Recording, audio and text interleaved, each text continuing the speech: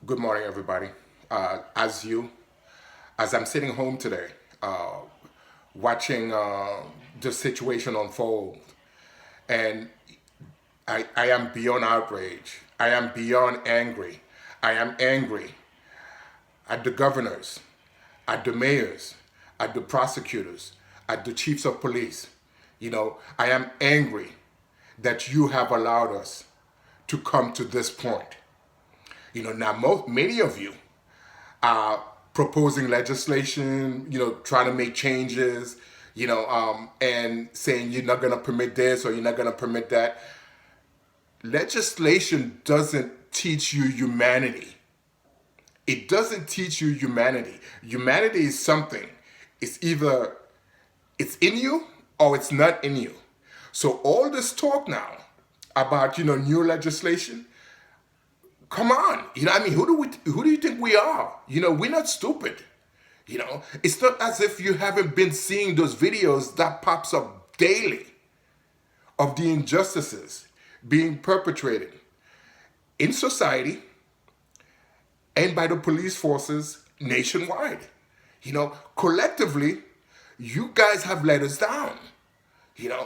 Today, from my state, you have the chief of the police unions saying, "Oh, don't paint us all with the same brush because we are not Minneapolis." The NYPD, the largest police force in this country, is the number one abuser, instigator, harasser, killer, and murderer of unarmed citizens. And to the mayor, who's taken no action, to the prosecutor, who says, "Oh, we will have an internal review and then send it to the grand jury to see if we have sufficient charges or if we have sufficient evidence to press charges."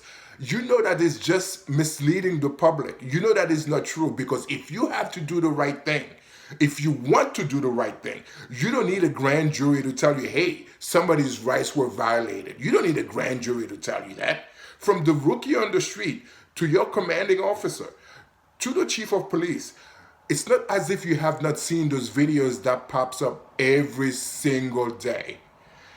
Integrity within law enforcement currently is non-existent. There's no trust within those communities of color that you police. You understand? And the main reason is because there is no accountability of your actions. You tell me somebody goes into a church and shoots 9 people and you take that individual out alive. However, you go and you shoot somebody and you kill them, and your only reasoning is, "Oh, I thought they had a gun." This needs to stop. This needs to stop.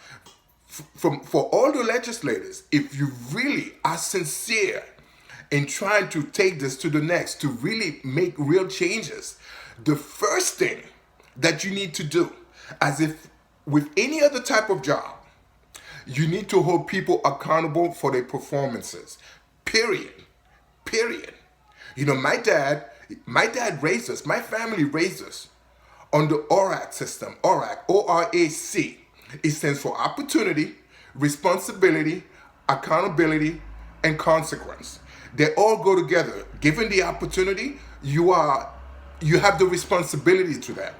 And the only way to know whether you've been responsible is to know that you are being held accountable.